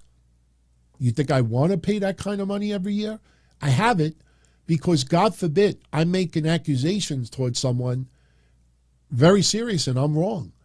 And if that person grabs a lawyer and says, I'm taking you to court because you claim this and it wasn't true, even if it's ridiculous, like I can't believe that person's taking that podcast to the court.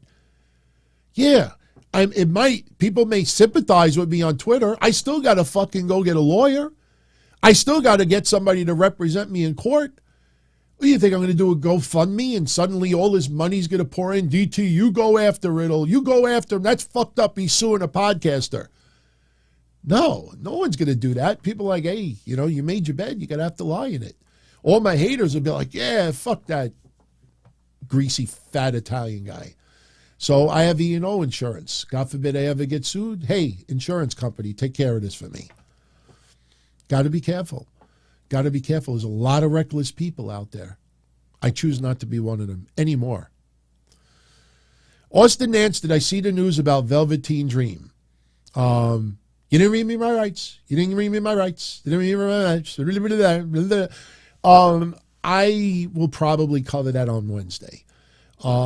Listen, I have defended Velveteen Dream quite a bit. Asking someone, what school did you go to, doesn't mean let me see you naked. I don't believe Velveteen Dream was trying to get dirty in conversation with underage people. I don't believe it. When WWE, a billion-dollar company, says that they hired outside companies to investigate this, Velveteen Dream gave WWE his phone. You could delete the tweets, you could bleach bit it, you could do whatever you want with it. There's forensics that can be pulled. There's forensics that could show that he used bleach bit. WWE paid a decent amount of money to have an outside, this is legit news, everyone. Nobody wanted to talk about it. WWE sent it to an outside company, and they did forensics. They got permission. They went to the cell phone company. They pulled all the data, and there was no proof that he did anything illegal, and there was no proof that he tried to cover up anything. They did not find evidence that he downloaded software and eviscerated old tweets, because Velveteen Dream would have been fired just for the perception that he covered up something. They don't know what it is. Came back that he didn't do any of that. That's why I defended him. This footage of his arrest, I can't defend him. I can't defend him. He looked and sounded ridiculous. He looked like he was on something, in my opinion. I say it's a shame because Velveteen Dream is a talented wrestler, and he's young enough that if he would just grow the fuck up a little bit, I think that he could turn it around. But unfortunately, you know, and it's like what Jim Cornette said this week. How many times have you ever seen someone sitting in the back of a police car, you plead your case, and then the cop says, you know what, you're right. And they open the cop door, they uncuff you, and they say, okay, go home. I've never seen it.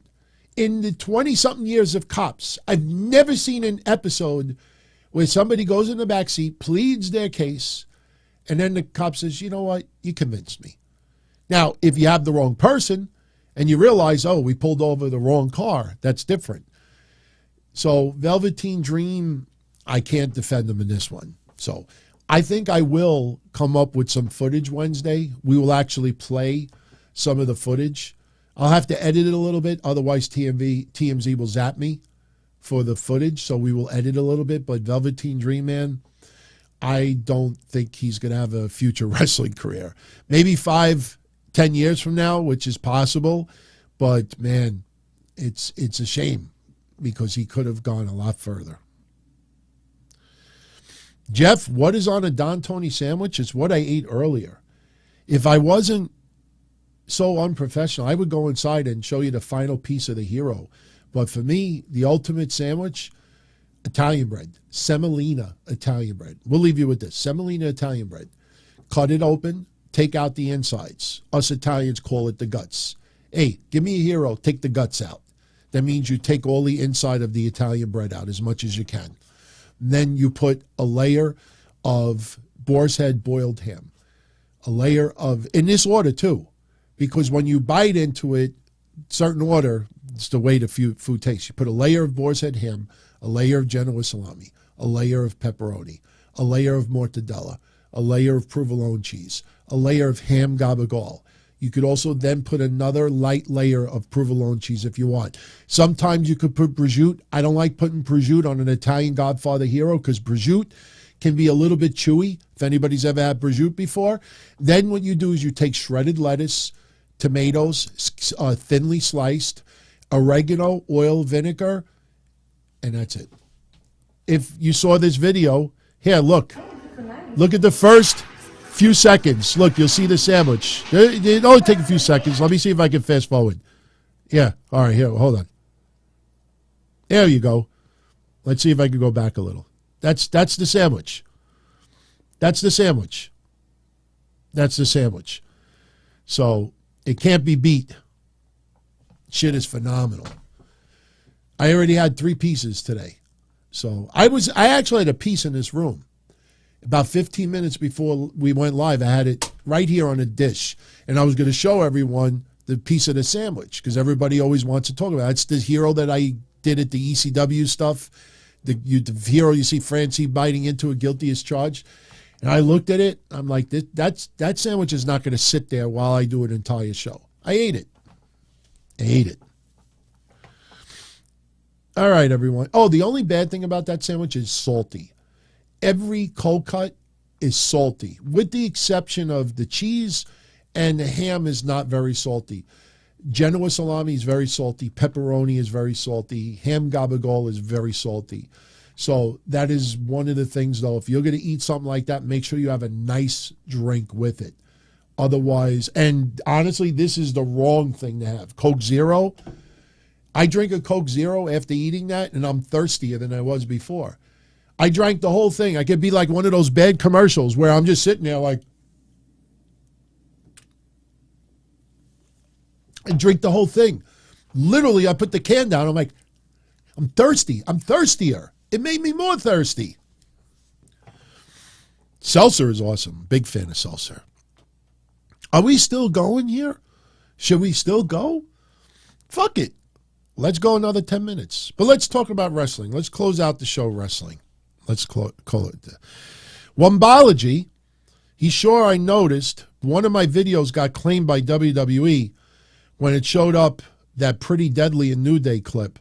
Yeah, they wanted me to edit the clip, and I just haven't had a chance to do it.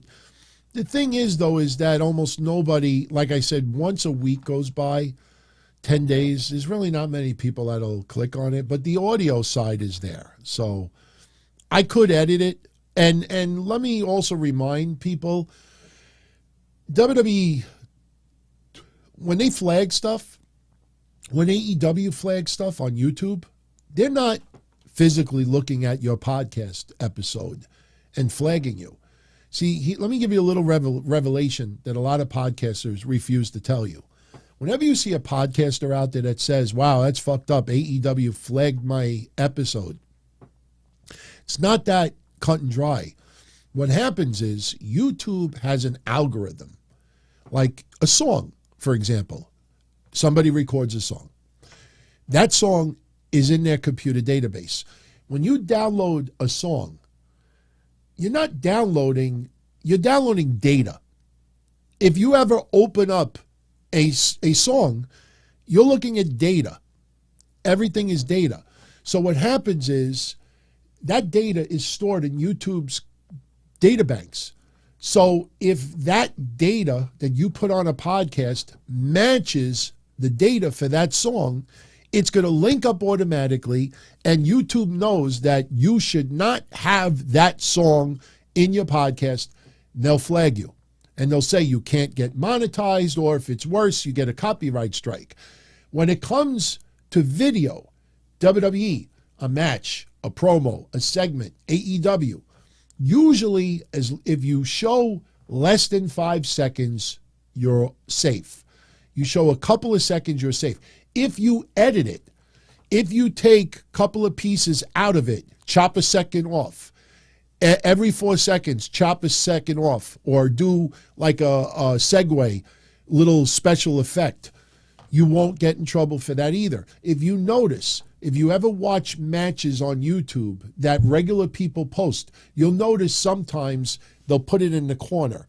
They'll put it like distorted. They'll make the match faster. You hear the promo and it's slower. They will manipulate the size, the shape, the speed, so it doesn't match the algorithm. If you just throw it out there as it is, it's going to get caught from YouTube every time. So no, AEW is not hunting podcasts like people try to portray it. There was a claim that Aubrey Edwards was trying to get podcasts shut down. That's not true. What happens is that AEW submits to YouTube this data we do not want anybody using. So if you use it and YouTube's computers match it, it's immediately flagged. They don't send it to AEW first and say, hey, Aubrey, hey, Tony, hey, blah, blah, blah. Do you want to zap this person? No, it gets zapped automatically, and then you got to plead your case, or you edit it, or you take something out. And then the computers no longer match it up. Right now, if I go on that clip and I tell YouTube, yeah, edit that 10 seconds out, it'll automatically clear the issue because now the computers, I have nothing that links up. That's how it works.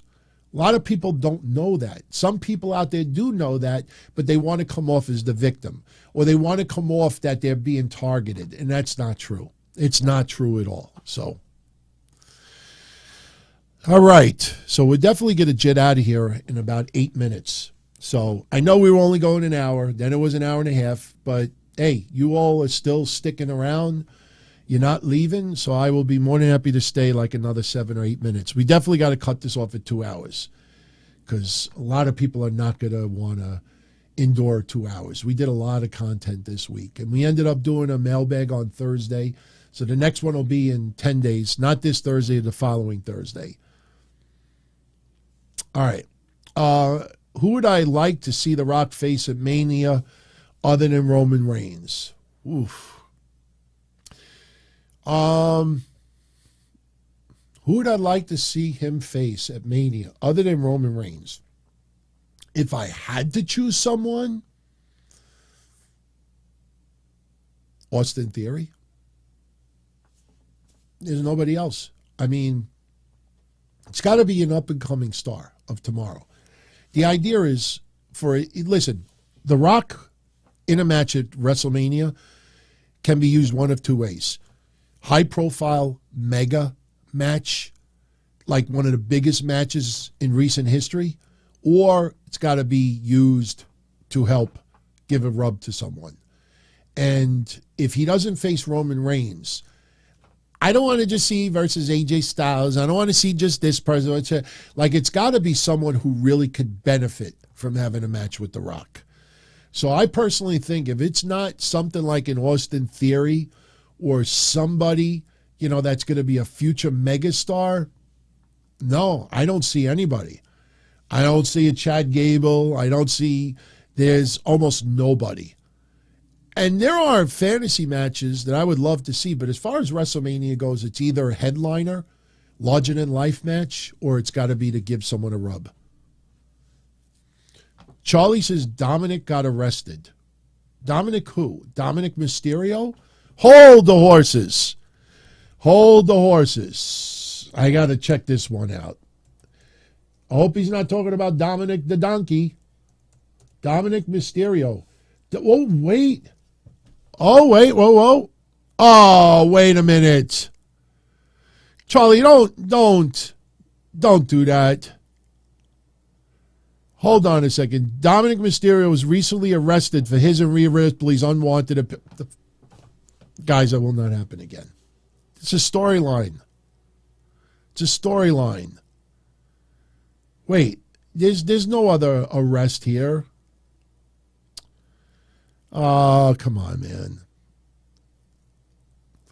Let's see. I'm not sure if there's an issue on iTunes. I just tried to download your show from this morning. Oh, that's from a week ago. Sorry. No. That's a storyline. No. Sorry, everyone. That's not how I wanted to end the show tonight. So, no, Dominic Mysterio did not get arrested. No. I'm double checking, everyone. Dominic Mysterio gets arrested in parentheses on Christmas Eve. Rey Mysterio calls police parentheses on Christmas Eve. Dominic Mysterio, quote unquote, arrested for trying to ruin the family's Christmas. Storyline. All right, let's wrap this up. All right. Last question. Who should win the Royal Rumble? Who should win the Royal Rumble? I'll go with Seth Rollins. Cody Rhodes, listen, I still am going with what I've been saying. Winner of the Rumble gets a title shot at Mania. Winner of Elimination Chamber gets a title shot at Mania. Adam Pearce has a dilemma. We have two number one contenders. They tease a match on TV that those two people face each other, and the winner gets the match at WrestleMania. Comes down to Cody Rhodes and Seth Rollins. No, the feud does not return. This is a one-match, one-off. We know that they make beautiful music together. We get one more match between the two. It ends up in a bullshit clusterfuck. Maybe Sami Zayn gets involved. Maybe somebody from the Bloodline gets involved. And Adam Pearce has to make a decision, since the match did not come to a conclusion with a clear winner, that the following week he goes on the mic and he says, Seth Rollins, you have a title match at WrestleMania. Cody looks a little bit dejected. Bloodline is not happy. But then Adam Pearce also says, Cody, you have a title shot at WrestleMania as well. Roman Reigns will defend both championships in separate matches. Roman Reigns looks like shocked beyond disbelief. The only question remaining is who goes for the WWE Championship, who goes for the Universal Championship. In my opinion, if Cody Rhodes is going to win a heavyweight title, it's got to be the WWE Championship, not the Universal Championship. I think with the storyline, with his father, with the legacy, with the Rhodes family and this and that, he's got to be part of the WWE Championship lineage. Seth Rollins, I don't think would have any objection whatsoever being WWE Universal Champion. And then if that happens, you have another dilemma, because Seth Rollins and Cody Rhodes are Raw wrestlers. That means one of those two would probably have to go to the other roster. Seth Rollins going to SmackDown, being on the SmackDown roster as the Universal Champion, I could see that happening. That's the scenario I go with. I'm probably wrong, but that is the scenario I choose. You have two winners. You have a dilemma. Pearce puts the match together. It ends up with no winner. He announces two title matches at Mania. Roman has to defend both belts on separate nights, one against Rollins, one against Cody. What do you all think? Let me know. Post a comment. But for now, I'm going to officially jet out of here for tonight. So Christmas night, it was absolutely a pleasure hanging out with you all for almost 2 hours. Great conversation, whether it's wrestling or old school TV or going on dates with women with bookers in their noses. I mean, it is kind of funny. Sunday night, it gets wild and it gets into some interesting conversations. But I love doing this for you guys. I love, listen, when some of you say this is a fun escape for all of you, it is for me as well. These are a boatload of fun, and we'll do it again a week from today, which will be New Year's Day. As of right now, a New Year's Eve live stream seems to be happening. I'm not 100% certain yet. I will know by the middle of the week, so I will make an official announcement this week. But it should happen because I don't like going out New Year's Eve. So leave any questions or comments after the show is over. I almost said after the beep. Hotline days, everyone. Hotline days. Join me Monday night after Raw, 11:05. We'll get into a little recap of what they got into. We'll get into some news as well. This Wednesday, I will be up here. We'll definitely talk a little bit of that Quincy Elliott shit, the Velveteen Dream shit. We'll talk a little NXT, AEW. We'll see what goes down. And, we'll see what progresses with Sasha Banks. I'm still amazed after 5 days, no one has snagged a picture of Sasha Banks in Japan. It just goes to show you where these people based their news on. It was based on a tweet. It's so beyond obvious it's not even funny. But eventually Sasha will be in Japan. Eventually she will be portrayed out there. The only question is, do they put her in front of the cameras before January 1st? If they do not, then WWE was not going to let her officially out of her contract until December 31st, 2022 at 11:59 p.m. and 59 seconds. Then you realize that, people posted that shit because they wanted to be first, not because they had actual news. But who knows? Maybe by this time tomorrow night on the Raw post show, maybe we have heard something about Sasha Banks in Japan. So, all right, everyone, I'm out of here. And, we'll continue this conversation later this week. So much love, everyone. I will catch you all again soon. Merry Christmas once again. Happy holidays. And all the best to each and every one of you. Be well. As far back as I can remember, I always wanted to be a podcaster. For me to live any other way was nuts. To me, those goody-good people who worked shitty jobs for bum paychecks and took the subway to work every day and worried about their bills were dead. I mean, they were suckers. They had no balls. If I wanted something, I just took it. I ran everything. I paid the bills. I paid the hosts. I even paid the masked maniac. Everybody had their hands out. Everything was for the taking. We always called each other good fellas. You would always hear from somebody. You're gonna like Don Tony. He's all right. He's a good fella. He's one of us. But if you're part of my crew, nobody ever tells you they're gonna get rid of you. It doesn't happen that way. There weren't any arguments or curses like in the movies. See, your haters come with smiles. They come as your friends, the people who've claimed they care the most for your life. And now that's all over. And that's the best part. Today everything is different. There's lots of action. I don't have to wait around for everything like everyone else. Oh, I didn't get the vaccine? Fuck you, vaccine me. Oh, your delivery guy has COVID? Fuck you, feed me. Right after I moved here, I ordered egg noodles and ketchup, and I got spaghetti with meat sauce. I'm no longer an average nobody, while they get to live the rest of their lives like a bunch of schnooks.